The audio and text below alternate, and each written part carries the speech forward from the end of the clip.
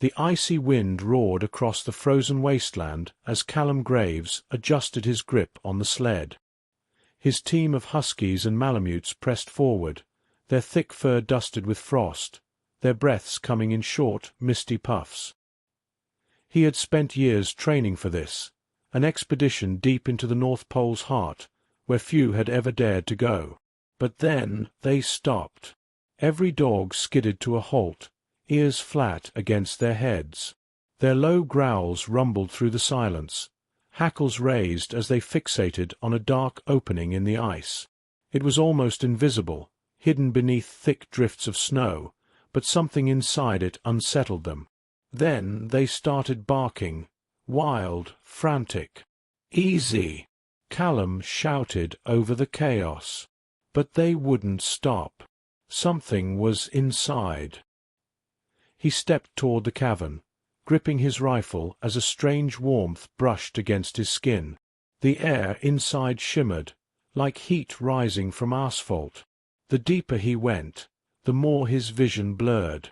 A low hum pulsed in his ears, growing louder with each step. Then, darkness.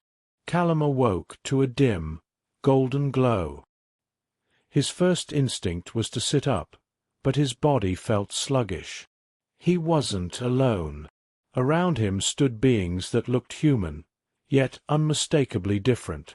Their skin had a faint bioluminescent sheen, pulsing softly in the dimness. Their eyes, larger than any human's, glowed faintly, adapted to the eternal darkness. Their fingers were long, dexterous, and slightly curved at the tips. Their hair, silvery white or deep violet, lacked pigmentation, a side effect of generations without sunlight. One of them stepped forward, a woman with sharp, striking features and golden eyes. She held a small, metallic device, pressing it against his forehead. A rush of sensation flooded his mind, and suddenly he could understand her words. "You are awake," she said. "That is fortunate."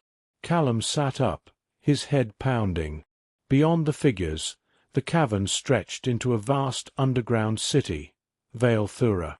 Towering domes housed forests of glowing fungi. Roads made of dark, polished stone wove between structures that pulsed with soft blue energy. Massive waterfalls cascaded from the rock ceiling, disappearing into unseen reservoirs. The air was thick, rich with oxygen despite the depth underground. "Where am I?" he asked. "You are in the last refuge of the Forgotten Ones," the woman said, "and we have been watching you for a long time. 12,000 years ago, the ancestors of the Vael'Thurians lived on the surface. They had been an advanced civilization, thriving in an age before recorded history. But then came the flood, a great catastrophe, an apocalyptic deluge that swallowed entire continents. With their knowledge of energy and engineering, they fled underground, sealing themselves beneath the earth with barriers of impenetrable force. There they built a new world, sustained by geothermal power, bioengineered flora, and water drawn from deep within the planet's crust. Yet they never forgot the surface. For millennia they watched. From hidden observatories beneath the oceans and mountains, they studied humanity's rise. They sent unseen drones into the skies, collected whispers through technology imperceptible to the human eye, and read thoughts as one might read the wind.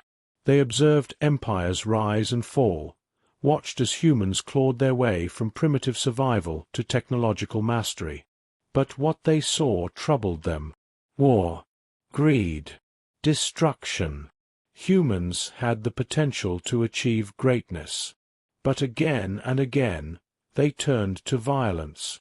The Vael'Thurians had technology that could end famine, cure diseases, and provide limitless energy. But were humans worthy of such gifts?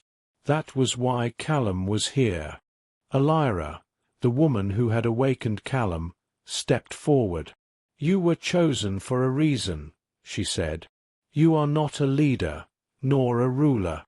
You are one man, with the power to act without the weight of a nation behind you. We cannot decide whether humanity deserves our aid. But perhaps, through you, we can see a glimpse of what your people could become. She held up 3 small, crystalline objects. 3 trials. 3 acts that will determine your world's fate. Complete them, and we will reveal ourselves, and share what we know. Fail, and we will remain beneath the earth, forever hidden. Callum swallowed hard. What do I have to do? Trial 1. Restore what was taken.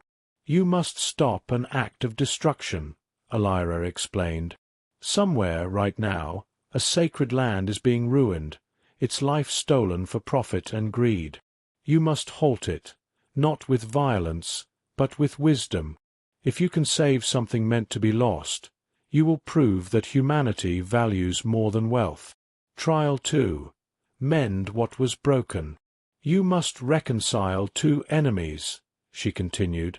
Find a conflict, one driven by hatred, by old wounds, and mend it, not with force, but by showing those who war against each other that peace is not weakness. If you succeed, you will prove that humans are capable of choosing unity over division. Trial 3. Give without taking. You must perform an act of pure selflessness, Alira said. Help those who cannot help you in return. Aid someone with no expectation of reward or recognition. If you do, you will prove that humans are not ruled by selfishness alone.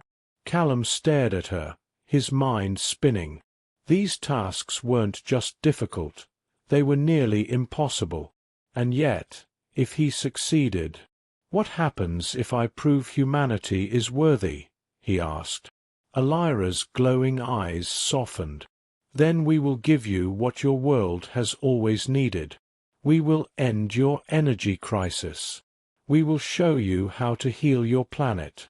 We will teach you how to cure diseases that have plagued you for millennia. We will share our knowledge, so long as you use it to create, not destroy. Callum exhaled, glancing at the glowing city behind her. All right, he said. Tell me where to start. Alira placed the 3 crystals into his hands. Then the fate of your world begins with you. Callum Graves stood at the edge of the underground city of Vael'Thura, 3 glowing crystals clutched in his hand. The fate of humanity rested on his shoulders. The Vael'Thurians, an ancient civilization hidden beneath the earth for 12,000 years, had been watching the surface world all this time. They possessed technology that could end hunger, cure diseases, and restore balance to the planet, but they weren't convinced humanity deserved their help. So, they gave Callum 3 trials, 3 impossible tasks. If he completed them, they would reveal themselves to the world and share their knowledge. If he failed, they would remain hidden forever. The first trial, restore what was taken. You must stop an act of destruction, Alira had told him. Not with violence, but with wisdom. Callum thought hard about where he should go. Deforestation, industrial waste, endangered species. There were countless ways humanity was destroying the planet. But he needed something immediate. Something that was happening right now. With the help of the Vael'Thurians, he found it. Deep in the Amazon rainforest, an illegal logging operation was in full force. A powerful corporation was cutting down thousands of acres, displacing wildlife and indigenous tribes, all for profit. Callum knew barging in with a gun wouldn't solve anything. It would only escalate the problem. He needed to be smarter. The Vael'Thurians gave him technology, a small device that could copy and retrieve any digital information instantly. Callum infiltrated the logging company's headquarters, disguised as a surveyor. He used the device to extract damning evidence, illegal permits, bribery records, and reports proving that the company was violating environmental laws. Then he released it to the world. News stations exploded with the story. Governments that had turned a blind eye were forced to act. The operation was shut down. The forest, and the people who depended on it, were saved. Callum had done it. He returned to Vael'Thura, the first crystal glowing brighter than before. "You have restored what was meant to be lost," Alira said. "The first trial is complete. The second trial, mend what was broken. You must reconcile two enemies," Alira had told him. "Not with force, but with wisdom." Conflict was everywhere. Wars, political divides, feuds that had lasted for centuries. Callum needed to find a battle that could be stopped. Something personal. Something that would prove humans were capable of choosing peace over hatred. He found his answer in a war-torn region where two rival communities had been fighting for decades. Their feud had started generations ago, so long that many had forgotten the original cause. Blood had been spilled, families torn apart. At first, Callum had no idea how to fix something so deeply rooted. But then he realized they had never truly spoken to one another. Using Vael'Thurian technology, he set up a secret meeting between the leaders of both factions. He projected a real-time simulation of what their homeland could look like in 50 years, if the war continued, and if it ended. They saw two futures. One was filled with ruins, starvation, and endless suffering. The other showed their children living side by side, their cities rebuilt, their lands flourishing. And for the first time in generations, they listened. It took weeks of negotiation, but eventually a fragile peace was forged. A truce. A chance for a future. Callum returned to Vael'Thura. "You have mended what was broken," Alira said. "The second trial is complete. The third trial, give without taking. You must perform an act of pure selflessness," Alira had told him. "Help those who cannot help you in return." This was the hardest trial of all. Stopping destruction and ending a war had been difficult, but at least there were clear paths to success. This time, he had to prove that humans were capable of kindness for no reason at all. So he searched. He traveled across the world, helping where he could. He worked in refugee camps, rebuilt homes after disasters, and gave everything he had. But none of it felt selfless. Then, something happened. In a remote village suffering from drought, he found a young girl, sick, dehydrated, barely clinging to life. The village had no clean water, no resources, and no one willing to help. Callum took out the last piece of Vael'Thurian technology he had, a small device capable of purifying any water source, making it drinkable instantly. He had planned to return it after the trials were done, but instead he left it there. He walked away, knowing they would never know his name, never be able to repay him. It wasn't about reward. It wasn't about proving something. It was just the right thing to do. The third crystal in his hand glowed bright as a star. Callum returned to Vael'Thura, his heart heavy but his spirit strong. Alira smiled. "You have given without taking. The final trial is complete." The entire city of Vael'Thura gathered as Callum stood before them. He had passed the trials. He had proven that humans were capable of change, of growth, of kindness. Alira stepped forward.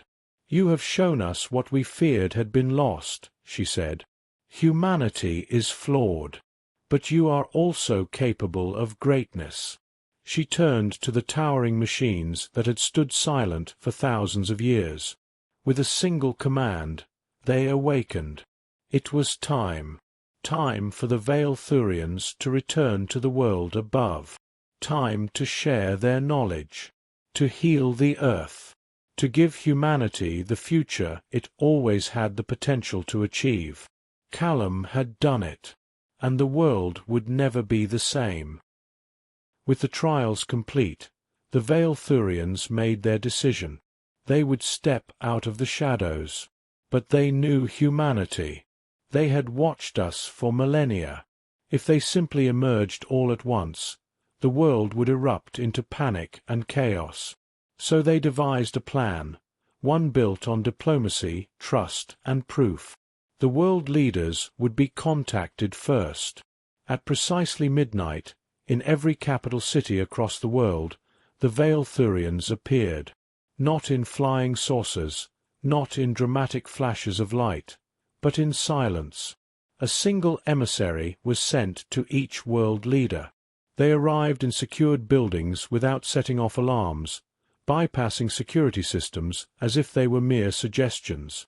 Some materialized inside fortified offices.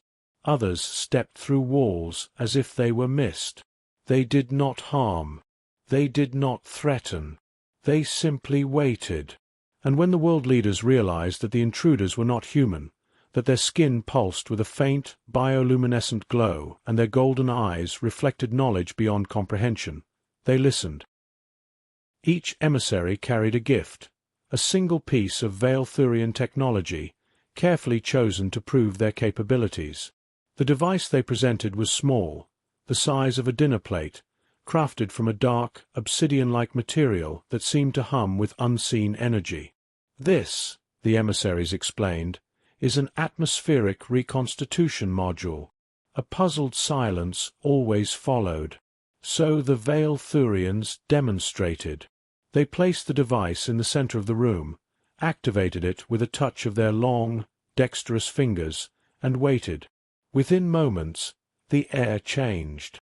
A sterile government chamber in Washington, a smog-filled office in Beijing, a polluted hall in New Delhi. Suddenly, the air was pure, crisp, fresher than even the most untouched forests on Earth. The module worked by pulling in surrounding air, breaking it down at the molecular level, and removing toxins, pollutants, and harmful chemicals before releasing it back in its most natural state.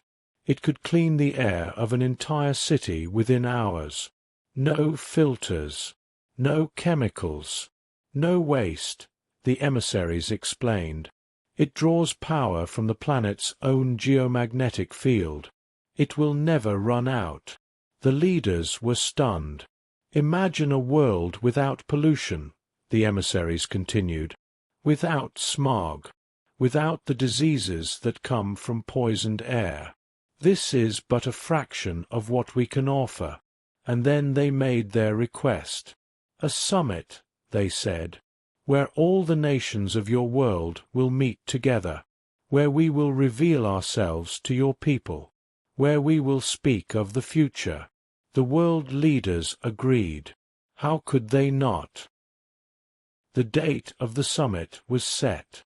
It would be held in Geneva, Switzerland, a city known for diplomacy, neutrality, and history-changing meetings.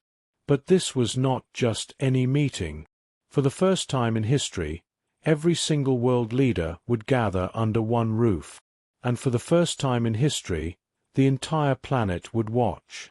The event was broadcast live in every country, on every news channel. Billions of people tuned in. Schools paused their lessons. Businesses halted operations. Cities came to a standstill. What was about to happen would change the course of human history. The summit begins. Inside the massive hall, the world's most powerful leaders sat behind their respective nameplates, their faces tense. Some were skeptical. Some were fearful. But all of them were waiting. Then the room darkened. A soft, golden light began to radiate from the far end of the hall, and the Vael'Thurians stepped forward. Gasps rippled through the crowd. They moved with an eerie grace, their pale, glowing skin casting a surreal illumination across the chamber. Their eyes, so large, so deep, filled with understanding and intelligence, swept across the humans in the room. Their attire was unlike anything on Earth. Form-fitting yet flowing, woven from a material that shimmered between fabric and liquid. There were no buttons, no zippers, no seams, only smooth, impossibly advanced craftsmanship. At the center of them was Elira, the same woman who had first spoken to Callum. She stepped forward, placing her hands together in a gesture of peace. And then, in flawless English, though every leader heard her words in their own native tongue, she spoke. "We are the Vael'Thurians, and we have watched you for a very long time." The world erupted. Social media exploded. Some people stared at their screens in shock. Others wept, overwhelmed by the confirmation that humanity was not alone. Religious leaders scrambled to interpret the revelation. Scientists frantically analyzed every second of the broadcast, trying to comprehend the beings that had just introduced themselves. Some feared them. Some worshipped them. Some simply listened. Back in the summit, the world leaders bombarded Elira with questions. Why have you stayed hidden? Why reveal yourselves now? How do we know you can be trusted? Elira answered patiently. Our ancestors fled underground 12,000 years ago to escape the great flood that reshaped your world. Since then, we have remained apart. Watching. Waiting. Waiting for what? One leader asked. For the moment when we believed you were ready. And are we? Elira hesitated. Then, softly, she said, "We do not know, but we are willing to find out." She gestured, and her fellow Vael'Thurians stepped forward, placing their hands on the small black atmospheric reconstitution module. In an instant, a holographic projection filled the entire room. It showed a possible future, one where their technology healed the planet, where no one went hungry, where war was a thing of the past. A world where humanity, for the first time, truly flourished. Then the image changed. It showed the alternative. A world choking on its own pollution. Wars over dwindling resources. Cities submerged under rising seas. A slow, painful extinction. The room fell silent. "We offer you a choice," Elira said. "Work with us. Let us help you. And together, we will build a future worth living in." Every world leader exchanged glances. Then, one by one, they began to stand. A signal, not just to those in the room, but to the billions watching across the planet. The choice had been made, and humanity's greatest chapter was about to begin. It began as a whisper, an idea, a vision. Then, before the world's eyes, it became reality. In the months following the historic summit, the Vael'Thurians wasted no time. They promised a future where humanity would thrive, free from war, hunger, and disease. And to oversee this new golden age, they built something that would inspire generations to come. A city in the sky. They called it Vael'Thurian. Suspended high above the earth, Vael'Thurian was unlike anything humanity had ever seen. It hovered 10 miles above the surface, supported by colossal anti-gravity generators, an energy source so advanced that it defied conventional physics. These generators, drawing power directly from the Earth's magnetic field, allowed the city to float effortlessly, completely free of pollution or disruption to the world below. Its foundation was made of a self-repairing, living metal that adapted to environmental changes, ensuring that the city would never deteriorate. Vast towers of glass-like crystal and dark stone stretched into the heavens, glowing softly with energy. Lush, floating gardens spilled over its terraces, teeming with plant life that purified the air. Rivers of liquid light flowed through the city streets, carrying power to every structure without the need for wires or fuel. And at its heart stood the Nexus, the central hub from which the Vael'Thurians would coordinate their efforts to heal the world. Humanity had entered a new era. The Vael'Thurians wasted no time in fulfilling their promises. They identified the greatest threats to humanity's survival and, one by one, eliminated them. The end of hunger.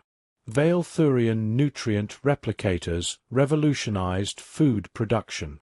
These devices could synthesize any organic material at the molecular level, creating fresh, nutritious food without the need for farming or livestock. Within weeks, world hunger became a thing of the past. Entire cities, once plagued by famine, now had an abundance of food, free of charge. A cure for all disease. Using biocellular rejuvenation pods, the Vael'Thurians eradicated diseases that had plagued humanity for centuries. Cancer, heart disease, and even previously incurable viruses were wiped from existence. The pods worked by identifying damaged or infected cells and restoring them to perfect health in mere minutes. Hospitals transformed from places of suffering into centers of wellness, where people left healthier than they had ever been. Unlimited energy. Gone were the days of fossil fuels and nuclear waste. The Vael'Thurians introduced quantum energy wells, devices that tapped into the very fabric of space-time, drawing infinite, clean energy. Every home, vehicle, and city now had limitless power, eliminating the need for gas, oil, or coal. The restoration of the planet. The Earth itself was healed. The atmospheric reconstitution modules deployed worldwide cleansed the air, reversing climate change in mere months. The ice caps thickened once more, the rainforests regrew, and cities were transformed into lush, green paradises. Even the oceans, once choked with plastic and pollution, became crystal clear again thanks to nanite purification systems, microscopic machines that broke down toxins at the atomic level. The end of war. With no need to fight over resources, humanity's greatest conflicts faded. But the Vael'Thurians ensured lasting peace by introducing the Unity Accord, a global initiative where nations collaborated on science, exploration, and knowledge, rather than weapons and power. Old enemies became allies. Armies disbanded, their weapons melted down and repurposed for construction. And at the center of it all was Callum Graves. The world would never forget his name. Once a humble dog sledder, Callum was now one of the most famous people in history. Statues were built in his honor. Books, documentaries, and even films told his story. He received invitations from every corner of the globe, presidents, scientists, philosophers, all wanting to meet the man who had changed everything. But Callum remained the same. He didn't seek power, fame, or fortune. He spent his days in Elysium, working alongside the Vael'Thurians, ensuring their gifts were used wisely. He traveled the world, meeting those whose lives had been saved, shaking hands with children who would never know hunger, disease, or war. And through it all, his sled dogs, Ghost, Atlas, Luna, and Storm, never left his side. No longer braving the brutal Arctic, they lived in paradise. The Vael'Thurians created a vast, snowy sanctuary for them high in the mountains, where they could run free in endless fields of soft, powdery snow. They were treated like royalty, adored by people everywhere. They had saved Callum's life once. Now, they lived the life they deserved. For the first time in history, humanity was united, not by war, not by conquest, but by hope. The streets of cities once filled with poverty were now bustling with joy. People no longer worked meaningless jobs just to survive. With the burdens of hunger, disease, and struggle lifted, they pursued dreams, explored the arts, and built wonders that even the Vael'Thurians admired. The elderly, once resigned to frailty, now danced in the streets, their bodies renewed. Children grew up in a world free from fear. Scientists turned their attention to the stars, building ships that could travel beyond the solar system, guided by the knowledge the Vael'Thurians shared. For the first time, humanity looked forward, not with uncertainty, but with boundless excitement for what lay ahead. One evening, Callum stood on the highest balcony of Elysium, looking down at the world he had once known. Elira stood beside him, watching the twinkling cities below. "You did this," she said softly. "No," Callum replied. "We did this." Elira smiled. Then perhaps we were right to trust humanity after all. And as Callum gazed upon the earth, now reborn, now thriving, he knew one thing for certain. The old world was gone. The future had begun, and it was brighter than he had ever imagined.